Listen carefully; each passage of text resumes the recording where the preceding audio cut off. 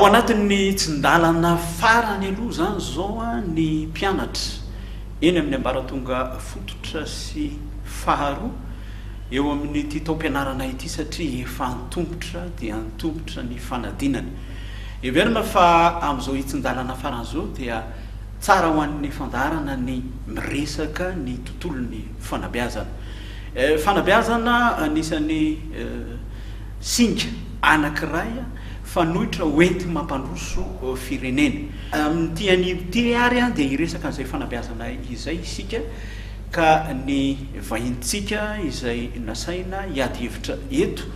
ao ny avy eo amin'ny ministera amin'ny fanabeazam-pirenena ramatoa Andrianarson Priska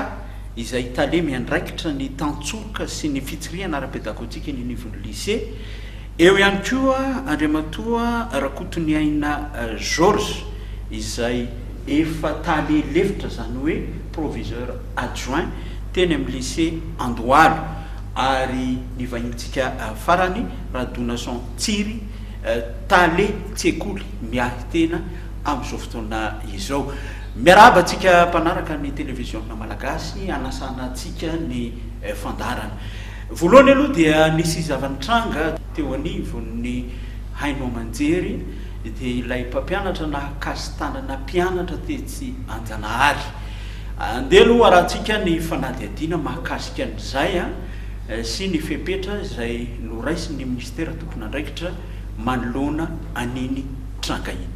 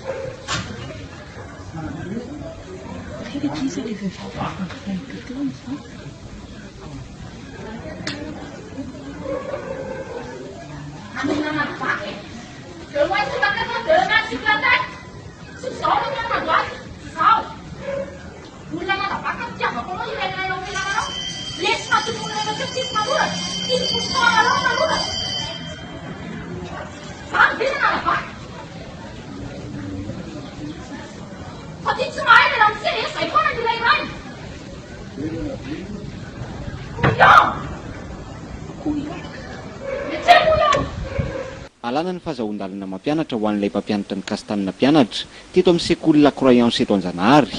rehefa vita kosa ny fanadinana any amin'ny fampiaran'ny taom-pianarana dia tsoahana ihany koa ny fahazahon-dalana fisokafan'ny lycée sy ny préscolaire eto amin'ity sekoly ity ihany ireo no fanapahakevitra noraisin'ny ministera ny fanabeazam-pirenena taorian'ny fidinan'ny ministra mibantana ity an-toerana na mantatra ny zava-misy marina surveillant général sy dia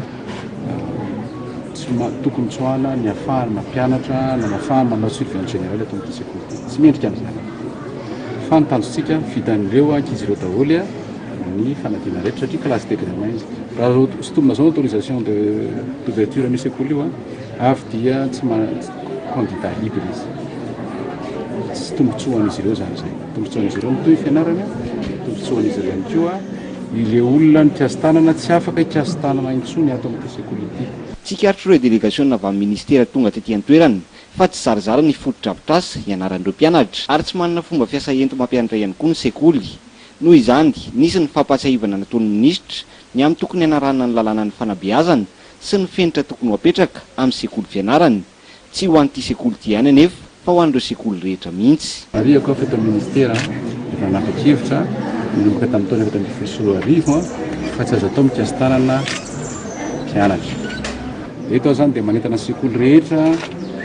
na tsy miankina na miankina azaky fiana ny zanak'olona ohatra ny zanaka ihany ohatra ny zanakitsika rehetra ihany io fa tsy mety ny mikiasy tanana ankizy voalohany izay faharoa tokony manara-dalàna rehefa samiaka vola amin'ny ankizy ny école privé dia aloha mba mendrika an'izay volahalan'izay ny fotodrafitrasanazy fa ny olona mandefa n'izany any atsika izao no andraisantsika na loatra samy ankoatra ny fanaraha-mason'ny sekoly antony dia ministra tety ihany koa ny fankahirezan'ireo mpianatra voankazy tanana teto amin'ity sekoly ity. Araka ny fantatra dia nampidirina amponja vonjimaika eny amin'ny fonjana tanymora ity mpampianatra nahakasy tanana mpianatra ity. Ino zany ny zava-nisy ny angamba ny fanontaniana voalohany mitodika ato aminao Ramatoa Tale hoe nahoana no izay no fepetra no raisin'ny ministera ary inona marina no tena nandraisan'ny ministera fanapa-kevitra manoloana n'ireny tranga ireny. Ia, voalohany indrindra angamba mahafanaraba ny mpijery ny televiziona malagasy manerana ny nosy. Ny mahakasika ny zava-nisy moa zany dia araka fantatritsika nisy fitsirihana ifotony nataon'ny ministera fanabeazana zany toy an'le tranga hita zany tamin'ny Facebook iny. Dia tao anatin'izay fitsirihana ifoto izay dia nisy ny dinidinika sy ny fanadihadiana amin'ny lafiny maro samihafa. Eo amin'ny mahakasika an'le sekoly amin'ny lafiny ara-taratasy, eo ihany koa ny fijerevana ny mahakasika ny sekoly amin'ny ankapobeny manahoana ny toerana ianaran'ny ankizy, dia eo ihany koa ny mahakasika ny mpampianatra dia mazava ho azy moa zany nahakasika ny tranga iny. Amin'ny ankapobeny moa zany ny fanapa-kevitra dia niainga tamina ataoko hoe nandinika ilay zava-nisy teny atoerana dia nadiadiana ny olona rehetra tao amin'ilay sekoly dia tao aorianan'izay zany nampisany ny fanapa-kevitra iny. Ny tiako marihana fotsiny zany eo amin'ilay ministera fanabeazana eo amin'ny lafin'ilay fampianarana no fanapa-kevitra tamin'ny ministera fanabeazana, zany hoe ny fahafahan'ilay mpampianatra mampianatra zany no nasiana karazana sazy zany toy an'ilay zavatra niseho. Io moa zany tranga iray dia izay no mahakasika ny fanapa-kevitra iny, fa tranga moa amin'ny maro samihafa mety manana ny mahasamihafa azy sy mampitovy azy, fa taorian'izay fanadihadiana sy dingana rehetrarehetra natao izay zany natongavana tamin'izay fanapa-kevitra izay. Ny zavatra anankiray angamba tsara hosoritana hoe dia tena tsy ilaina tokoa ve ny kapoka amina fanabeazana, sasatiana tsy tiana tsakazo eny fa na ny baiboly aza dia manambara zany hotsika mpanabe ahoana ny fomba fijery azy. Mandray fitenenana ny tenako voalohany indrindra miarahaba anareo tompon'andraikitra ato amin'ny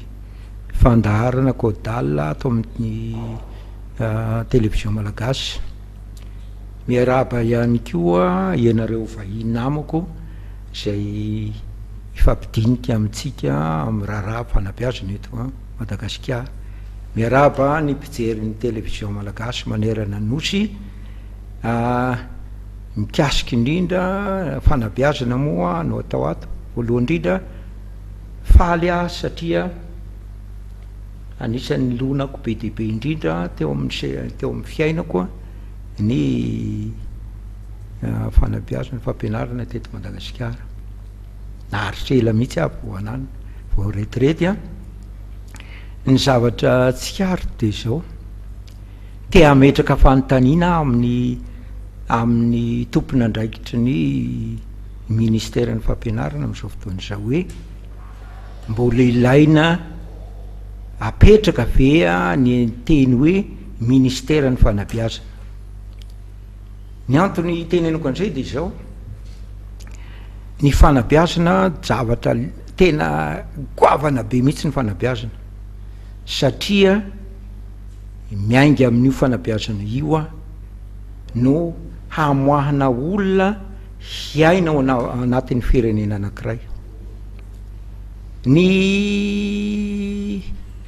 Ny sekoly dia ny sokafana ampianarana sy hanabeazana mpianatra. Ny ray aman-dreny manabe mpianatra, manabe ny zanany any an-trano, tsy vitany intsony le izy dia alefany any amin'ny mpampianatra. Ny adala rehetra no ahisin'ny mpampianatra ao amin'io fampianarana. ny tsy mahay rehetra no aisiny taritiny mpampianatra ao amin'io fampianarana io ary tena mivoaka avy eo le zaza na le olona de mahagaga fa lazaina fa olomangam-pirenena olona manam-pahaizana syana ka eo amin'le teny hoe izany nahatonga an'ireo fanabeazan'ireo setra maro ary anisan'izay ny fampianarana ao amin'ny fampianarana ao raha mampianatra ny mpampianatra de izy ny tompona ndraikitra ao amin'ny efitrano fampianarana ary zay zavatra atolony ao de verina hoe fanaraka amin'ny fandaram-pianarana fanaraka ihany koa amin'ny fifehezana rehetra hitantananareo zaza zeo satria aza dinoana fa sasa malagasy zeo ary ivoaka ho olom-pirenena malagasy de izay zavatra zay no ipetrahany hoe misy lalana be dehibe mako ny nisehon'ny fampianarana teto Madagasikara nisy fotoana hoe tany amin'ny andro fanjanahantany zay zao de anisan'ny tezaina tamin'izany voakapoka manao sesarivotra manao ary zay zavatra rehetra de niatra ny aretana tao satria te hay tsy mbola nisy mpampianatra hatramin'izay na nikapoka tsy nahafaty mpianatra tena tsy nahafaty mpianatra fa ohatran'le ray aman-dreny mikapoka ny trano ihany no ataon'ny mpampianatra ao mpianatra zay ny zavatra nisy tamin'izany fotoana zany de rehefa tateorinany ty soixante-douze ty i soixante-douze tena tao anatiny efa mpampianatra koa tamin'izany fotoana zany taorinany soixante-douze misy zany mpianatra mahasa mpampianatra zany anisan'ny zaza zao tena be mihitsy ny fotoana mihetsiny mpianatra hoe hamonoana hanaovana an'izao hanaovana an'izao fa noho ny mahampampianatra ny tena fo mpampianatra fo ray aman-dreny de mitarika an'ireo zaza reo hoe tsy izany ny lalana fa izao de eo koa ny fivoarana ateoriana ny soixante-douze de nisy fivoaranyty fahatongavanyty le hoe internet de ny tonga koa ny hoe Facebook sy ny karazana de reny rehetra reny manova ny fanabeazana tena manova zavatra be dehibe amin'ny fanabeazana ka ny tena olana be dehibe ny seho tateoriana de ny fidiran'ny ray aman-dreny amin'ny fandrahonana mpampianatra ny hoe aza kapoana ny zanakay aza atao an'izay fa raha vao ataonareo torina eny fanjakana ianareo ary torina eny amin'ny tribunal zay zavatra te nisy zany ka le mpampianatra zany efa sanganena ankehitriny ny hoe aiza ny lalana ametrahany aiza ny toerana ametrahany tenany raha hanabe zaza izy ary zay nahatonga ny tenany le hoe mbola ilaina ve io teny hoe fanabeazam-pirenena io amin'ny ministeran'ny fampianarana satria ny antony de zao mialatsiny tsy fanenjehana olona zao zavatra teneniko zao fa ohatrany hoe ny ministra mihitsy no ny teny tamin'iny raha iny tamin'iny zavatra iny hoe tsy azo atao zao tsy azo atao zao tsy azo atao zay zavatra de miaka ohatrany hoe amin'ny mpampianatra zany zao satria ministra zany sarotra be no hoe hanohitra n'izany dia miahotra ny handray ny atao hoe fanabeazana intsony ny fahitako azy fa de hampianatra ny hampianatra tonga ao de hoe raisony cahier de anany de vitany adiny-roa de mody rakizy na mitabataba na manao inona na manao inona misy ny mpianatra tena mahasapy mpampianatra mihitsy manompa mpampianatra misy mpianatra manao an'izany de zany ve de ohatrany hoe tsy azo atao zany manana zay ary zao koa aitsiko le ohatrany hoe apiko le tenina hoe tsy azo atao ve mikapoka ny kapoka tsy hoe tehina fotsiny fa ny teny ary ny tena maharary kokoa noho ny mikapoka ny teny atao amin'ny olona ka reny rehetra reny zany tsy azo atao tsony de tsy fantatra tsony zany hoe aizao aiza le fanabeaza misy amintsika eto Madagasikara mbola ambana matotany rehefa aveo fa rematora donation tsiry am'izay nafin'izay ny fahitanao ny sary reny hoe tena le kapoka ve zany ahoana zany toerana misy ny mpampianatra aizany inona ny tena ndraiky ary maka inona tsy lalakaleany ny kapoka ve zany de tena hoe tena zava-pady mihitsy fa zay ny mahatsara ny fanabeazana. Eny tompoko anterina ny fiarabana ho an'ny mpanaraka ny fandarana ny vahoaka malagasy ary isaorana manokana ny tompona andraikitry ny fandarana nanao zava-dehibe ny fanabeazana de ny tiana ao ambara de zao raha ny fihetseha-poko aloha zany vao naheno ny zavatra iny de zay no lazaiko de natahotra hoe mampity dozy ty fampianarana ty fa mampigadra zay zany no toe-poko sy ny toe-tsaiko satria za zany vo herinandro tao aorinan'iny namely a fa nataoko tsapan'le ankizy ny antony namelezako ary tsapan'le izy tsapany hoe diso izy ka mendrika no kapohana fa tsy hovonoana eo manko le ray aman-dreny taorinan'iny zany zao de nisy ray aman-dreny nanatona anay tany nanatona azy zany misy ary ny akamaroany vitsy aloha anankiray mba no tsy de ana loatra fa ny sasany hoe rehefa manditra ny zanakay de kapohy fa aza vonoana de za moa nametraka hoe efa izay aloha ny napetraka ny fanjakana tsy mahazo mikity tanana tsy mahazo maneho herisetra na araka zay indray mandray tao na ambavy io a na amin'ny fihetsika zany de mitsahatra eo na de mampalay loatra satria ny tena koa tamin'ny anatra de na tsy voavono fa voakapoka ary nisy zavatra tadido mihitsy za zany nisy zavatra anakary tena tadidiko mihitsy tamin'ny anatra ary zao lehibe zao vao tena tsaroko ry isaky manoratra seka de tadidiko mpampianatra iny nangala tsonia nanao bola de tsinody de nangala ariko tsinody moa tsy hoe tara zany vao tany antrano de nangala tsoniany tao ampianarana hoe mbola voatazo de tao amin'ny talia ary voakapoka tam'izay de no avy nikapohany a de naseho any azy seky hoe tadidiny lahy zao izy izy ny antony kapohako an'lahy de zao rehefa lehibe lahy ka mbola zatra n'io mangala tsoni io a rehefa any aoriana any de angala tsoni koa lahy amseky ary migadra ny tambon'izay hatram'izao de tsaroko vokatra lay kapoka za aloha tsy natsiary vovono zay zany tiako tenena fotsiny hoe tsy tokony hitovy zany ny kapoka sy vono nandraisan'ny azy zany na mety hoe nandraisan'ny ray aman-dreny na nandraisan'ny manam-pahefana le zavatra niseho teny anjanahary de hoe tsy nikapoka izy fa namono satria tena hoe vono zany nandraisana azy fa tsy kapoka fa nikapoka ianao ihany efa nyteny hoe ny zanaka ty na tsy tsinatsorakazo misy fotoana ianao mikapoka an'izany misy fotoana an'izany mikapoka an'izany koa de mitomany avy eo tsy maintsy ataoko na de mampalelo azy izy de raha ampitiavana zany le izy ary tokony atao ampitiavana mikapoka zany raha za zany tsy de miompokevitra loatra amin'le hoe tsy mikapoka na de hoe tsy ho atao ary le satria fa zay no fanapaha-kevitra ny fanjakana moa fa no mamono kosa de tsy mety zany hoe aseho amin'ny ankizy le izy hoe zao ny antony iny de am'izay le izy tsy de misy fiatraikany loatra amin'ny ratsy fa fiatraikany tsara no andraisany an'le izy ia raisiko aloha ngama le teny ray aman-dre tato no lazany hoe ny teny mahery ozy izy mbola mavesatra no mikapoka tsapantsika am'izay zany hoe ny fitenenana raha de efa misy fiatraikany amina olombelona anankiray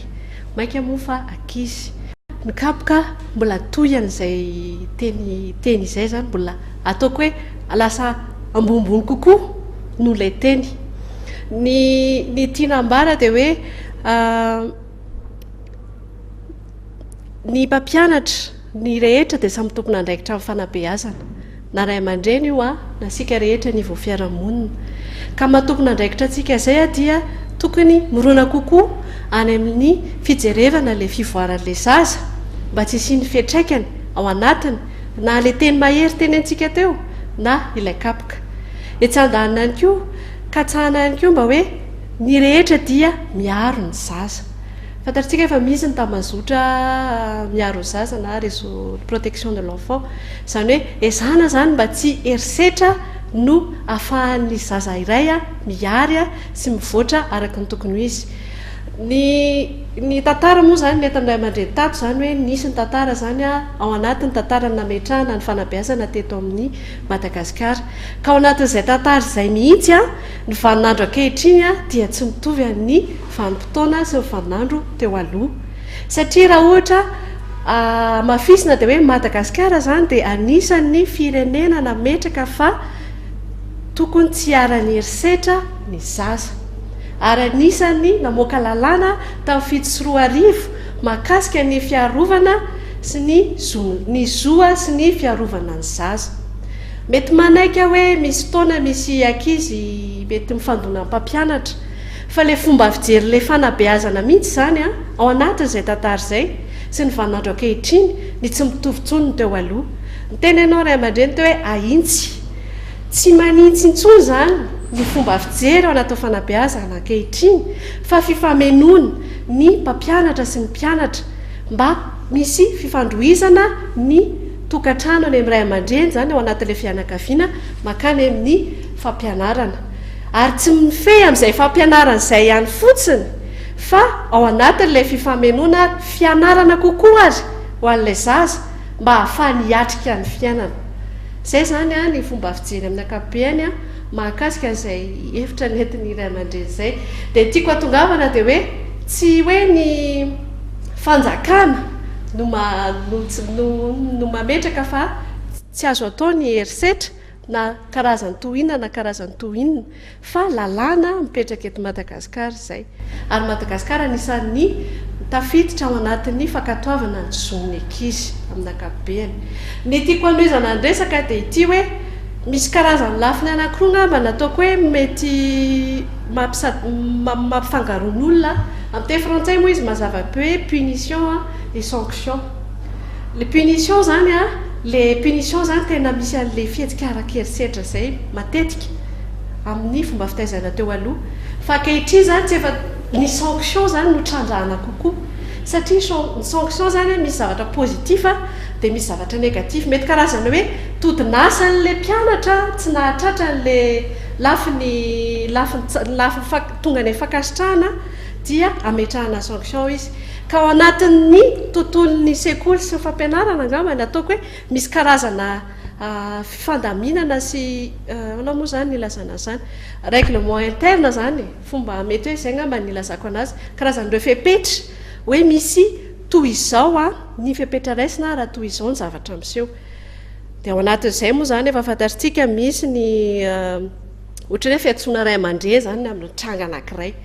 Dia izay zany ohatra zany misy fiantsoana ray aman-dreny noho ny tranga anankiray hita tamina mpianatra, dia mety miakatra le izy, miakatra any amin'ny filakevitra ny sekoly zany mahakasika ny fifampifehezana, dia mety miakatra le izy any amin'ny fampiatoana, dia tonga le izy any amin'le fandroana. Tiako lazaina zany dia hoe le fomba fijery amin'ilay fanabeazana mihitsy zany no tokony jerena hoe fifamenona, ary fifamenona makany amin'ny tsara sy ny fivoaran'ny zaza. Ady hevitra moa misokatra le izy,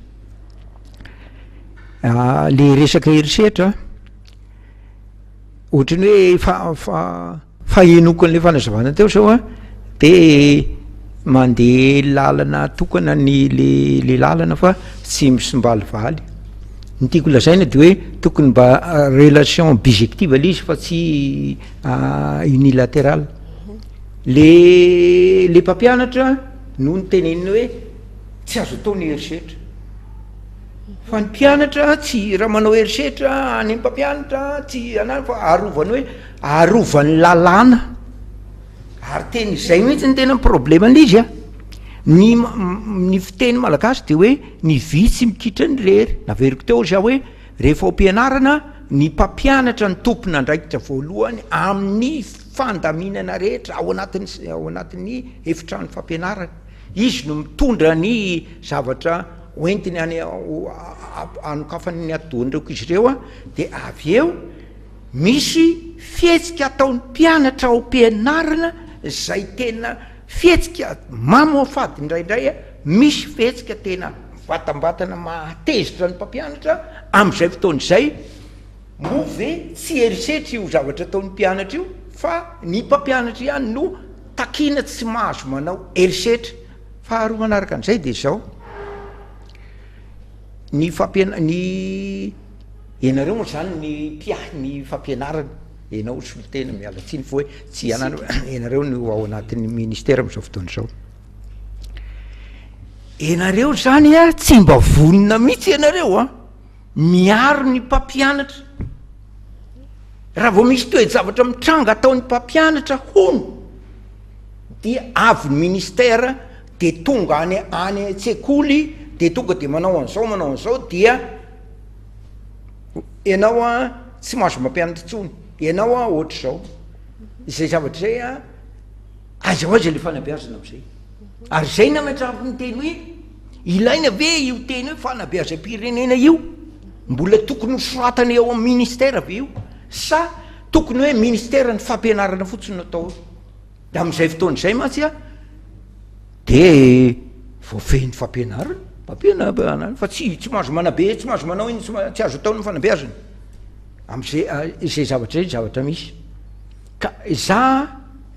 le adevitra atsika moa zany de hoe amasarotin'ny tena satria za tena miteny aminareo fa za naharisela ho atao amin'ny fampianarana de tena za mihitsy nahita hoe namokatra ny zavatra natao tao amin'ny fampianarana fa za aloha tsy mba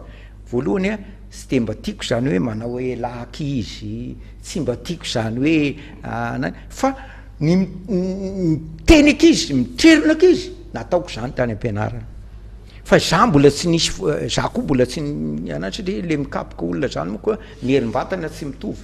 fa ny any kapoka mbava teny ilaina hoe nanao mihitsy ary tena nataoko zany za efa proviseuran'ny lycée koa tany anosy penala zay mahita an'izao fandaran'izao anosy penala de mahafantatra fa za naharitra 10 taona tany anosy penala ary ny zavatra nataoko tany anosy penala ny dia tanana natao tany a tena hita taratra amin'ny olona rehetra hoe tena nanabe na de nasika fa io vavako masika fa tanako nakombo satria ny antony a tsy tiako zany hoe mikasy tanana ankizy zany zanako a ny kapohako fa ny zanak'olona sarobe mitana ka izay zavatra zay a de ametrahako hoe aiza ho aiza le hoe erisetra taon'ny mpianatra mba miangavy anao mba valio eny izy ia erisetra ataon'ny mpianatra erisetra ataon'ny mpampianatra mpianatra za zany ta hiverina am'le hoe mpanabe ny mpanabe zany de mitsinjo a ny ametrahana ny maha-izy azy ny ankizy anankiray sy ny ahafahany miary a eo amin'ny fiainana zay zany amiko fomba fijerakabe natao hoe mpanabe ka mampanabe izay a de mety hoe manao erisetra le mpianatra de verina miteneninao teo aloha regny ozy izy anao hoe aintsy fa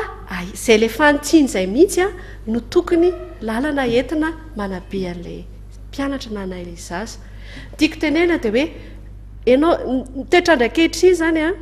mametraka ny erisetra zany efa atao anatin'ny fiainan'ny tantara betsaka satria nisy ny ady maro samihafa ary hitantsika kehitriny fa betsaka ny erisetra hita iainana ao anatin'ny iainantsika isan'andro ka ny tiako atongavana de hoe zay le tontolo misy am'izao verina am'le tontolo foana mantsiny zay le vampitoana misy am'izao za tsy miteny hoe ekena le izy fa ny tiako lazaina hoe jerena raisina le zavatra ataon'le mpianatra de aintsy izy zay zany le fomba fijery ary le fantsiana mety hoe fifampiresahana am'le mpianatra ary raha tsy vitantsika eo a de zay le fifandroizana le fiara-miasa miaraka am'ray aman-dreny ny tiako atongavana zany de hoe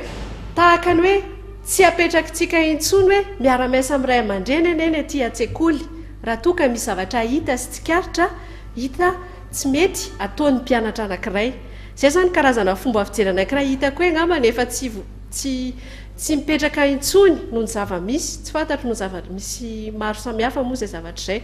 fa tsy mitena hoe ekena ny erisetra fa tompona ndraikitra ary ny tanjon'ny olon-drehetra amin'ny sehatra fanabeazana dia ananana taranaka vanina taranaka miatrika ny fiainana ka ny rehetra amiko ary amin'ny ministera zany a dia miara-mombonantoka miara-miasa miara-misalahy atongavana amin'izay tanjon'izay ary anjara ny tsirairay amin'izay asany fanabeazana entin'izay no manintsy ny ankizy ny taranaka mba ho todisoa amin'ny zavatra tsara sy vanina ny tiako resahana kely de zao ny teniny Ramatotale amin'le resaka information zany tiako resahany ny teny Ramatotale hoe efa nisy lalàna milaza fa tsy azo ataony maneho herisetra amin'ny mpianatra raha niparitaka zay lalàna zay ka nafantatra daholo ny sekoly rehetra tsy nisy ny toe-javatra iny any amin'ny information zany hitako hoe tsy ampy anankiray iny efa vita iny fa hoan'ny zavatra hafa koa tsara ihany zany ny za mety mietritra hoe ny sekoly miankina amin'ny fanjakana mety nahazo misy note de service note nidina hoe mahafantatra an'izay fa ny an'ny privé mety tsy nana matoa niseho zay zavatra zay na hoe tsy ampy zany loha zany le fampahalalana tsy ampy amin'ny fampahalalana na iny manko le toe-javatra iny tena niteraka zavatra lehibe te ohatrany hoe tournant mihitsy eo amin'ny fanabeazana satria le ankizy nikapohana omaly dia fijeriny ianao te higadra le izy zany am'le hoe tena le am'le hoe any amin'ny afara tamin'ny fanagadrana mihitsy iny zany tena enjany iny hoanny resaka lalàna tsy miresaka an'izay fa eo amin'ny hoe mpampianatra sy ny mpianatra raha nanao baolina zany reo de 0-0 na resy ny mpianatra satria io ary zay anankiray ny tiako resahana faharoa hoe le resaka herisetra amiko a ny herisetra de zay fihetsika na teny ataoko ka miteraka ratra mana tsy haiko mety ho diso zay définition-ko zay fa zay aloha nieritreretako azy raha miteny amina olona ray ahako a ka niteraka na tsy fananiko ary le izy le teny fa mety hoe mety fandrifin-javatra ka niteraka ratra ao anazy a de herisetra zay raha nikapoka olona ray na tsy de maharary ary le izy a fa niteraka ratra ao anazy mety ho ratra-po mety tsy nisy ratra hita mivatany ao de herisetra zay fa raha fihetsika kosa atao ampitiavana na de hoe kapoka marary ary ka fantatra hoe ampitiavana iny nanaovandramisehana iny dia amiko loha zay a tsy herisetra ka eo zany no tsara apetraka tsara na anongo sofina zaza anankiray ary a ianao mahafatifaty a de mety ho herisetra zay satria efa napetraka raha vao mikitika mihitsy de efa herisetra de vo hitantarany amin'ny ray aman-dreny zany tsongondra am'seny sofiko tsy fantatra le antony nangondra am'seny ho avy ny ray aman-dreny zavatra ohatr'zay zany tiako hoe ho apetraka ny tiako lazaina zany de le hoe tsara mba hampahalalana ny rehetra ny zavatra mandiny fanampiana indrindraindrindra ny lalàna tsy ny hoe zavatra hoe tsy azo atao anamafitsakon'izay satria voalazan-Ramatotale teo moa hoe misy ny punition de misy ny sanction fa hita matetika ny hoe mandohalika misy ny ohatra ny hoe sendratary izy de misy ny sazy zay omeny mpampianatra misy ihany koa ny hoe alefa manao collé sy na inona am'reny ny voafaritry ny lalàna fa azo atao ary inona zany ny voafaritry ny lalàna fa tsy azo atao voalohany aloha mandray le resaka information teo ako a de somary gaga satria zany raha ny eto analamanga aloha zany zao anankiray na sisy koa eto analamanga eto amin'ny faritra tanavila moa zany de fa nampivory foana ny sekoly tsy miankina rehetra ary napepita an'zay information zay zany mahakasika ny fepetrapetraky ny lalàna amin'ny fanabeazana ny anivon'ny tsekoly mba tsy isiny ny fikasihana sy ny herisetra efa iny betsaka zay fivorian'izay ary mety hoan'ny sekoly ny ministère fanabeazam-pirenena manana office national de l'éducation privée de l'enseignement privé manana nanankiray zany izy mandraikitra manokana fiara-maisa miaraka amin'ny sekoly tsy miankina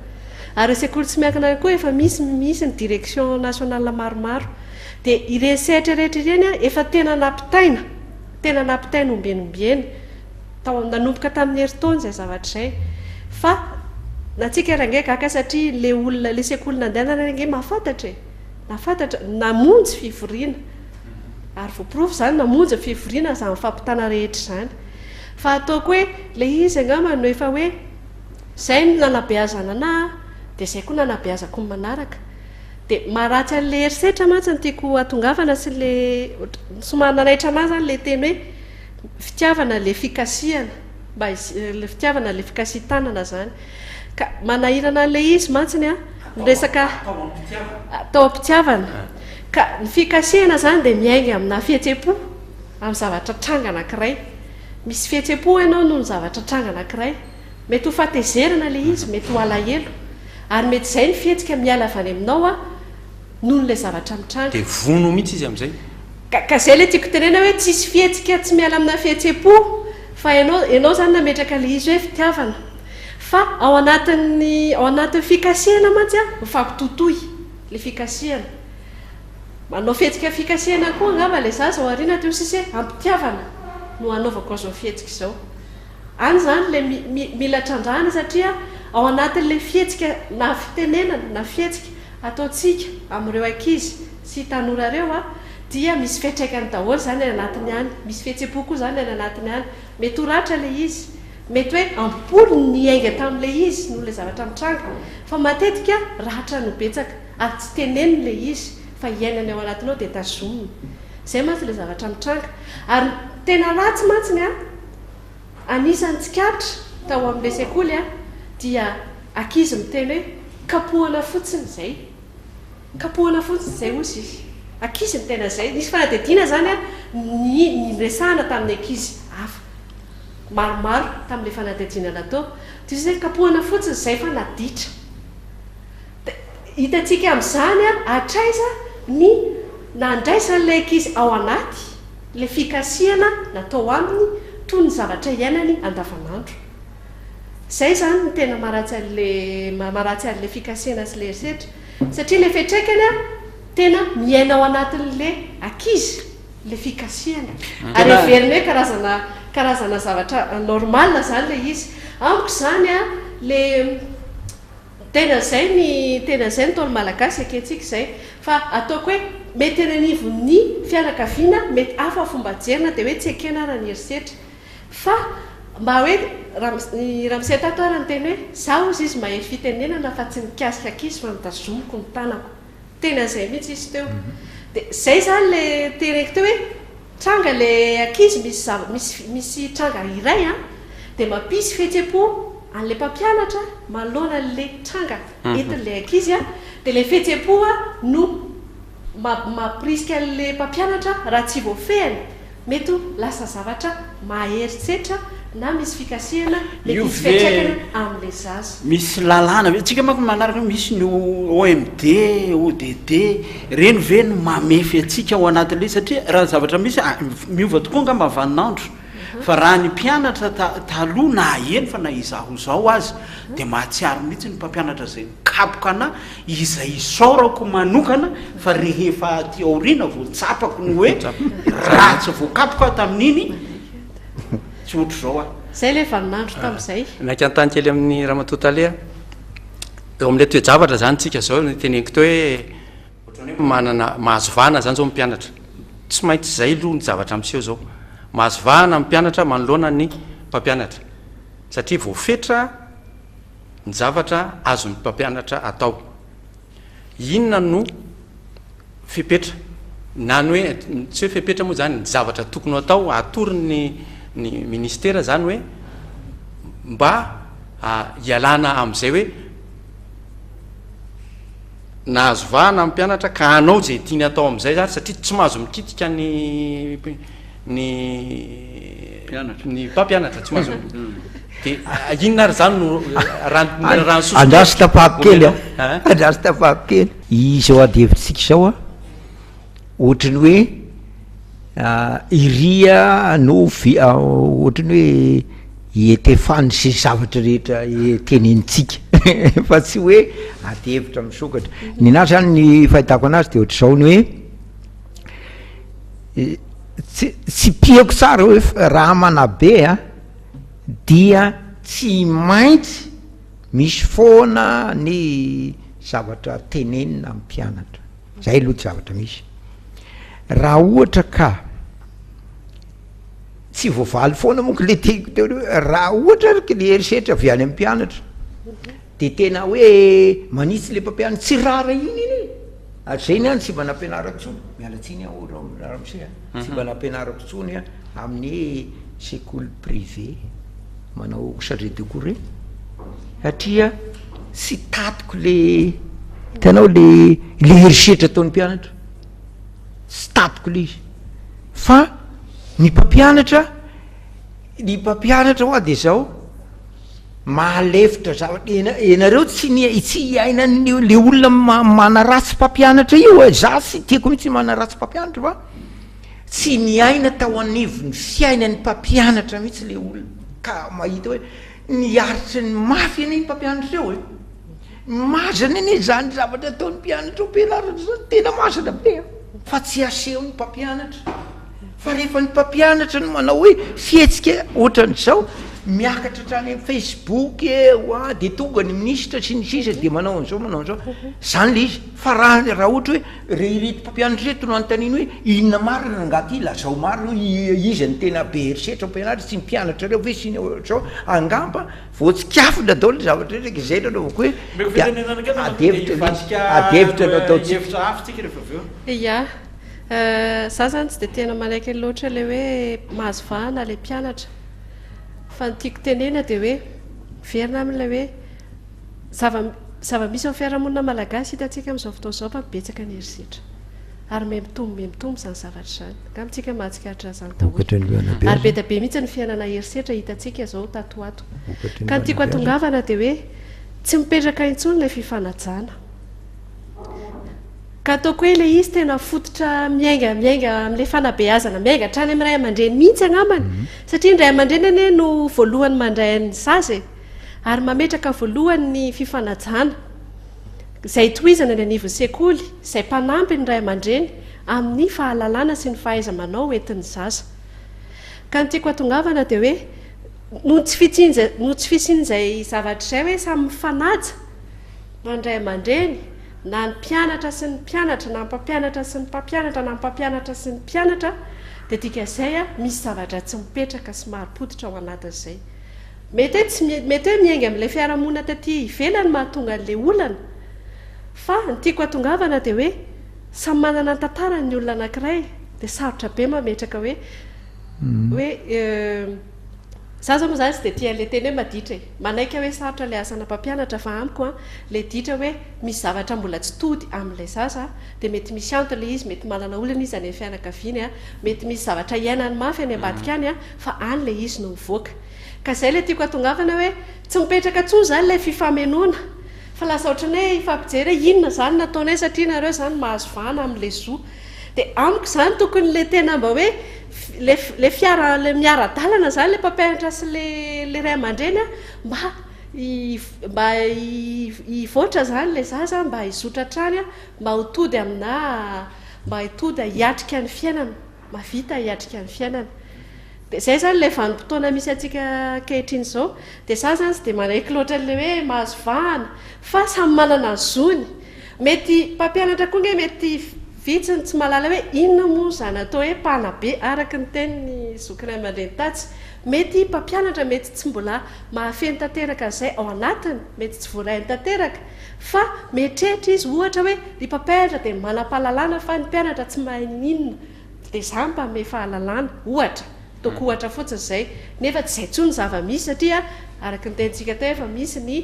teknôlôjia moderna mamea fahalalana hafa fameno amin'ilay fahalalana raisina sy rahatovina eny anivon'ny sekoly ohatra ny amaranana ny resaka iny za te hiteny an'izao mihitsy hoe manina moa raha ianareo amin'ny fanabeazam-pirenena amin'izao fotoana izao mametraka ohatrany hoe sorisory-dalana maro samihafa tena atao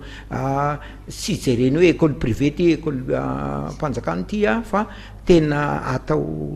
iraisan'ny olona rehetra de ny fampiarana an'iny any amin'ny sekoly amin'izay fotoana izay mba fantatra ma tsy nihevitry ny ao amin'ny ministera hoe ohatra zao zany nihevitry ministera efa mba nanao an'izay zay de amin'izay fotoana izay mba voaza daholo ny zavatra misy fa izaho a dia mba miangavy ianareo amin'ny ministèren'ny fanabeazam-pirenena hoe arovy ny mpampianatra teny an'izany mihitsy a satria ny antony de zao safidy nataon'olona ny ampianatra fa tsy fantatra moa am'izao fotoana zao mety mbola resahana eo le resaka mikasika ny hoe momba ny recrutement sy ny razany fa raha ny zavatra nisy taloha ny mpampianatra tena misy modely mihitsy vakio hoe joie travaux de l'hilereuse amin'ny joie de travaux de l'hilereuse monsieur Raslouf l'instituteur modèle mihitsy zany amin'ny fampianarana monsieur Raslouf l'instituteur irositsika amin'ny adihevitra angamba ampidirindra matotaleo rehefa avy eo satria ny zavatra nitranga moa zany taorinan'iny a dia nisy an'ireo karazana mbaratonga mpianarana zay tsy azo nylay sekoly atao taorinany ihany ko dia fantatra ny hoe zao zany ny am'ireny sekoly miahtena reny ary misy moa zany nefa voalaza fa hakatona no tsy fahampian'ilay fotodrafitrasa ngamba tsy de hiditra am'le fotodrafitrasa fa eo mpampianatra raha matotale zava-misy am'izao fotoana zao mampianatra za te ampianatra raha any am'sehatra tsy miankina de reradreraka tany amin'ny orinasa afakaba de miditra de mampianatra tsy misy fanofanana tsy misy ninina ho anny ao amin'ny fanjakana ady hevitra be ty mpampianatra frama izay raisina eny atenatenany hoe tsy misy fanofanana tsy misy ninina angamba izay no editsika hevitra hoe olona tahaky ny ahoana no mendrika antsoina hoe mpampianatra indrindra fa am'izao faninandro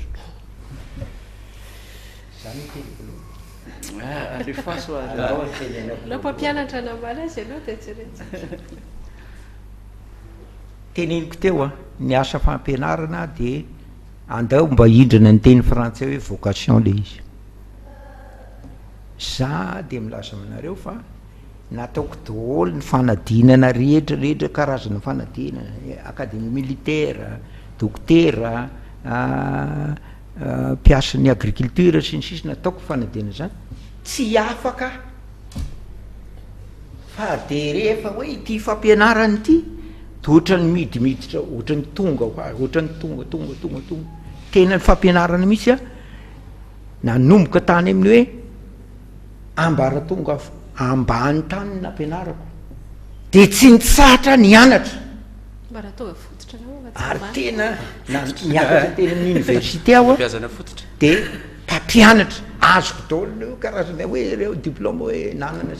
nanana zao nareo de zao ny zavatra misy rehefa manao an'ireny fanadinana reny a ohatrany hoe haiko le izy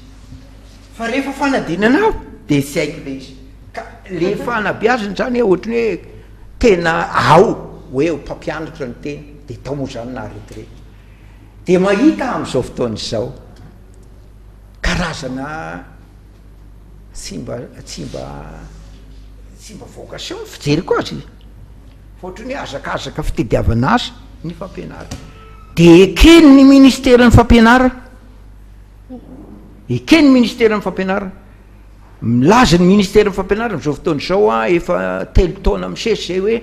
napiditra mpampianatra rayal amy manaraka rayal manaraka rayal hiazaka zany olona satria asa miditra amin'ny frama io ne zavatra misy kresidresaka koa any de am'izay fotoana zay a miverina am'le fanabeazana teo am'izay tsy fatany tsony atao manabe fa de hoe mampianatra sy manana asa ka za te teny an'izao ny hoe voalohany a aloranga atao mba misy vidiny mafandraisana mpampianatra mety ho tezitra amiko reo ankizy mpianatra be debe ny mpianatra anana mety ho tezitra amiko reo ankizy reo a fa ny fampianarana de zavatra tena masina amin'ny firenena anankiray ka raha ohatra olona tsy mahay ny mampianatra zanaka tsy mahay ny zanaka malagasy zay aloha ny zavatra misy ka tokony izao ny mba zavatra tokony atao ministèren'ny fanabeazatra raha ohatra hiantso ohatra hoe handray mpampianatra rayal be de be ny mpianatra manana licence manana maîtrise eny aka voaka avy eny akaso maninon'ireo raha tsona amena toerana mivoaka teo amin'ny enesy amena toerana tsy misy mpianatra mihitsy hoe tsy misy mpampianatra mihitsy ekena hoe mialatsiny raha miteny an'izao hoe manana bacaloria de mampianatra manana BBC de mampianatra nefa za zao de mahita mihitsy ny valeur n'zany atao hoe bacaloria sy BBC zany ia tiako ambara de zao hoe ny fampianarana tena asa masina tena asa masina io ary miresaka andray aman-dreny hoe vocation fa tena hoe mission io de za ny eritreritro hoe tokony apprisiana ny ankizy ho lasa mpampianatra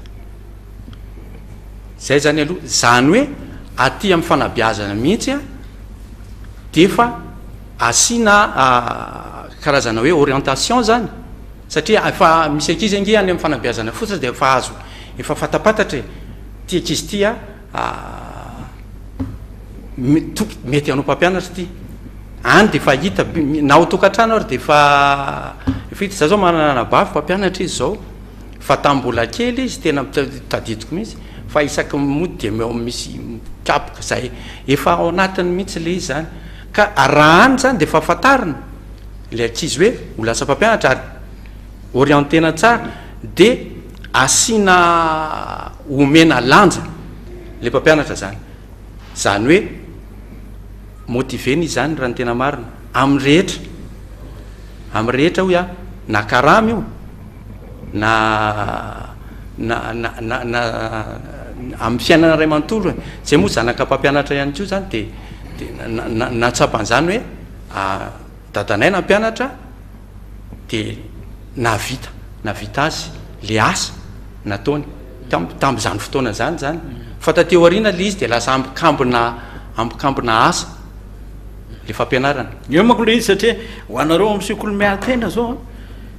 tena lasa bizina mihitsy le fampianarana tsy mahitahita atao le olona manamanam-bola de manokatra sekoly de rehefa misokatra le sekoly a tsy misy mihitsy le ametrana le hoe ity zany am'le hanabe olona ny anao atao fa le fitatazana ny ekolazany ray aman-dreny sy le vola miditra ihany raha mijery velany aloha mety hitombony zay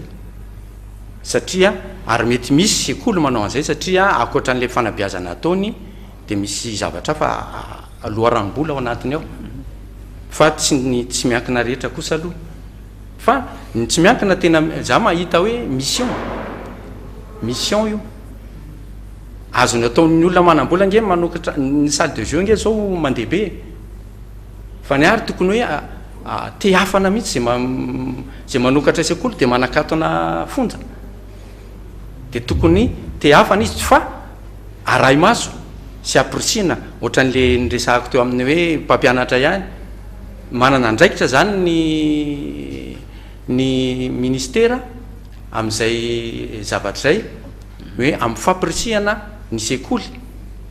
tsy miankina anao an'le asa fa ny azany ohatrany tsy de mety amiko loatra le hoe tsy ara-dalàna ty de akatona fa tsy ara-dalàna io fa nitsokatra eo dia terena ho ara-dalàna ary apetraka hoe reto any zavatra tsy mety eo aminao ka tsy maintsy areninao reto ny zavatra takiny ary amoraina le asany zany satria mission zay aloha apetraka foana fa mission mety iso a fa mety vitsy zany hoe tsarotra be zany za zany ohatrany hoe tsy resy lahatra mihitsy hoe misy anao bizina na fampianarana zany raha ohatra anokatra sekoly zany ianao ka hoe anao tsako hoe tsy bizina ny aina tamin'ny sekoly satria ny sekoly tantanako efa amina 50 taona mahery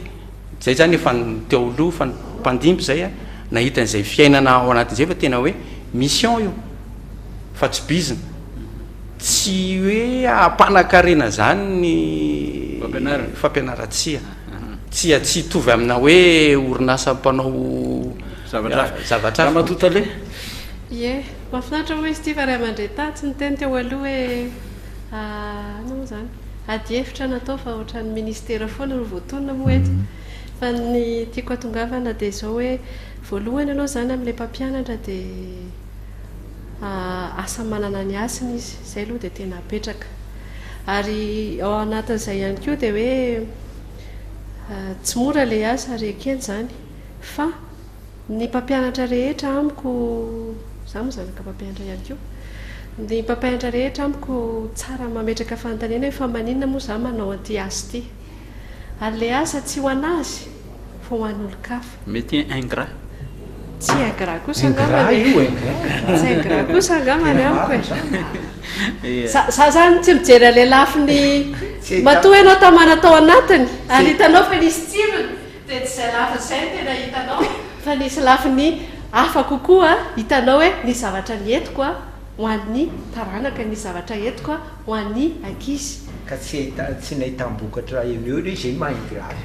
zako zao aloha sy dia mety zay fa rehefa tondra fotsiny amiko a dia efa anisany zava-dehibe zay ka amin'ilay zavatra hoentiny izay mihitsy no mahatonga naverina amin'ilay hoe mametra-panontaniana efa maninona manao an'ity asa ity dia verina amin'ilay zavatra nyteneniko teo aloha ihany koa hoe resaka ny olana hitako misy zany atao amin'ny Madagasikara dia resaka fifanajana fanajana le asa amin'ny mampampianatra izy zany rehefa manaja le asa mampampianatra azy a dia tokony mikaly amin'ny zavatra hoentiny amin'le asa satria izy manatanteraka an'le asa tokony maka zay foana moa teneko mpiara-miasa hoe maka fafiny amin'le zavatra atao satria iny a no atao sy tanterahana ka izy rehefa raisina tahak'izay a dia tena mitondra ny ainao ray amanontolo a ary rehefa hitanao ny vokany na dia teo ariana dia misy fifaliana anaty hoe za nampianatra an'iny olona iny hitantsika hoe misy vokany ina anazy any ka verina amin'le mitenena teo a zany hoe verina amin'ilay fanontaniana hoe fa maninona no mpampianatra fa tsy hoe maninona moa raha mpampianatra le hoe pourquoi pas verina amin'le teneninao teo zany hoe lasa mpampianatra daholo ny olona rehetra resaka frame tiako fanamariana kely nisy zava-nisy na tonga frame fa tsy terateraka toy izao ny frame fa tena ray aman-dreny nanapa-kevitra hoe reto zanakitsika reto a tsisy mampianatra tamin'ny andro ny vanim-potoana nisy olana teto Madagasikara na ara-politika na ara-ekonomika fantatritsika rehetra zany nisy crise maro samihafa dia tsy naka-mpampianatra amin'ny fanjakana tamin'ny re vanim-potoana ireny dia nanapa-kevitra ray aman-dreny hoe ndao aka olona mba hikarakara zanakitsika ka reny olona zany a efa misy reny eo efa niasy reny teo efa nisy fotoana lavalava ny asan'ireny olo reny dia tiako atongavana amin'izay lafo faharoa le hoe nyraisin'ny fanjakana ny mpampianatra firamanyraisin'ny fanjakana dia mpampianatra tena niasa talohan'ny taona 4 sy 4 mpampianatra nanao firama nandritry ny taona maro talohan'izay 4 sy 4 zay aloha zany lafiny anankiray efa manana traikefa izy zany marina hoe tsy manana n'ilay fahalalana nandray a ho mpiasa-mpanjakana ny fanjakana zany fa ao anatin'izay a tsy hoe tonga dia mpiasa-mpanjakana sa mbola contractuel na mbola tsika malala zany daholo a mbola misy fizotra ao anatin'ny fidirana mpiasa-mpanjakana io zay vao tena tonga mpiasa-mpanjakana tanteraka ao anatin'izay fizotra izay nefany a dia tena mampiofana izay tena mampiofana nanomboka tamin'ny heritao zay dia efa nampiofana mpampianatra frame teo amin'ny 30 000 teo mpampianatra frame efa nampiofanana marina mety tsy mahafeha le fampiofanana lavabe fa misy fampiofanana satria izy efa manana le traikefa miainga amin'le traikefa dia misy fampiofanana entina anamafisana n'le traikefa entina dia anankiray fanamariana tao koa dia nisy kosa aloha kapenia nraisina tsy hoe mpampianatra frame rehetra fa misy ny kapenia koa nraisina tao anatin'izy ireny tiako atongavana zany dia hoe ny teo amin'ilay tontolo le fampianarana zany dia nijerevana hoe alaina le mpampianatra fa amafisina fahalalana satria araka tenentsika mahatonga sekoly anankiray dia mpianatra sy mpampianatra ary tsy toerana ianarana efa eo amin'io fampiofanana io ny any tiako ametrahana le teniko teo le oza hoe aza raidraisina fotsiny amin'izao le mpampianatra fa tokony izao ny zavatra misy maninaka raha averin'ny ministère amin'ny fampianarana amin'izao fotoana izao a ireo le centre de formation pédagogique taloha zay nisy ohatra hoe CP1C CP2C inty teto sy mamasina dia avy eo a ny reny rehetra reny a ohatrany hoe tsy eno eny ny sasany fa ny sasany a tonga dia mampianatra le olona dia le fampianarana ataony eo anatiny mihitsy hoe marina fa hoe efa telo taona efa taona izy nanao an'le frama fa le fampianarana mihitsy le valeur tena le takina amin'ny hoe fampianarana maha deluxe ny asa fampianarana tsy hita eto Madagasikara. Teny izay mihitsy zavatra mahatonga amin'ny teny indray fa tsy hoe tsara mihitsy misy le toeram-pahafafanana misy fa ny fanofanana atao tsy mahenika ny fitombon'ny mpianatra satria mitombo 5 isan-jato isan-taona ny mpianatra miditra an-tsekoly dia ny filana ara-mpampianatra tsy ary vitan'ny sekoly maminina moa zany ny toeram-pampiofanana mpampianatra satria 5 isan-jato eo zao mbola tratra ao anatin'ny zava-misy afaka trandrahana zany ankehitriny fa tiako tenena hoe efa misy le izy fa tsy tantaratra satria le framina ny tena hita hoe mbana fa le toeram-pampiofanana ihany koa no mampiofana n'le framina raha teo dika izay zany efa misy mihitsy le fandraisana tanana sy fitsinjovana hoe fijerevana hoe ahoana ny anatsarana le kalitao an'le fampianarana. Raha amin'ny resaka fanatsarana tiako resahana kely ny fanatsarana fampianarana tsy ho tsara mihitsy io raha tsy ao tsara le dokotelo mpampianatra mpanabezana ray aman-dreny mpianatra any zany no tena hoe fototra io fa raha vao tsy aloha ny ray aman-dreny ary zao aloha hita hoe ny ray aman-dreny zao ny akamarony dia mitsoka dalana hoan'ny aty amin'ny sekoly tsy miankinao dia hoe karamainy ny mpampianatra ampianatra ny zanany iny ny vola dia mila résultat zay ny amin'ny ray aman-dreny fa ny eo amin'ny mpianatra koa ny zavatra hitako hoe ampandeha fampianarana dia zao tokony ahita tsirony amin'ny fianarana ny ankizy fa raha vao ny ankiziny tsy mahita tsirony amin'io tsy ho tafavoaka io fampianarana io lasa ohatrany hoe satria mianatra ny zanaky ny ao avaratry ny ao atsimo any zany tokony tsara trandrahana tsara hoe tsy manaraka fotsiny ity ny programme dia ovitaina fa hoe matsiro amin'le ankizy ve ny fianarana mianatra izy ny ohatra ny hoe anatomie appareil digestif mahita tsirony ve izy amin'le mianatra an'le izy hitany ainany ve le ao anatiny ao tsapany tsara ve fa hoe zay fa miasa le appareil fa tsy hoe takina fanadinana zay mianatra izy appareil respiratoire dia tsapany tsara ve fa sarobidy io ka raha mahita izy indray no andrarana aminy aza mifokana io satria tsapako fa tena sarobidy io zay zanytenena am'le hoe tsirony amin'le fanabeazana marana ny fotoana tsika fa maresaka be ny ray minitra avy isika dia ho faranatsika ity fotoana ty satria resaka mpampianatra tena mitodika amin'ny ramatoa mba ampitahoany amin'ny lehibe any le izy hoe mba motive o ny fampianarana amin'ny lafiny karama resaka izao ohatra hoe kategoria ny kategoria io misy kategoria 6 ohatra hoe ny PL kategoria 6 dia tonga dia ny ENS ny KPN kategoria 8 misy kategoria vide ao kategoria 7 raha ohatra mba tena hoe imotive mpampianatra ianareo ampiakaro kategoria 7 ny PL azo atao zany dia mba jerenareo koa amin'ny lafiny rehetra mihitsy resaka chancellerie io chancellerie io ny fanabeazam-pirenena ny tena be olona mpiasa indrindra dia mba motive eo amin'ny zavatra oatra zany iny mahazo chevalier mahazo officier mahazo an'izao grand croix sy ny sisa tena afaliana anaty sy afaliana ivelany ary zany ny motivation takina amin'ny anareo ka mba ataovy zany fa afatra zany donation tsiry faranatsika ny afatra dia le teo ihany hoe tokony ara-miasa zany ny dokotely na masana andro ny ray aman-dreny tokony isy fanabiazana ho any ray aman-dreny tokony isy fanabiazana école des parents zany tokony isy faharoa ho an'ny mpianatra tokony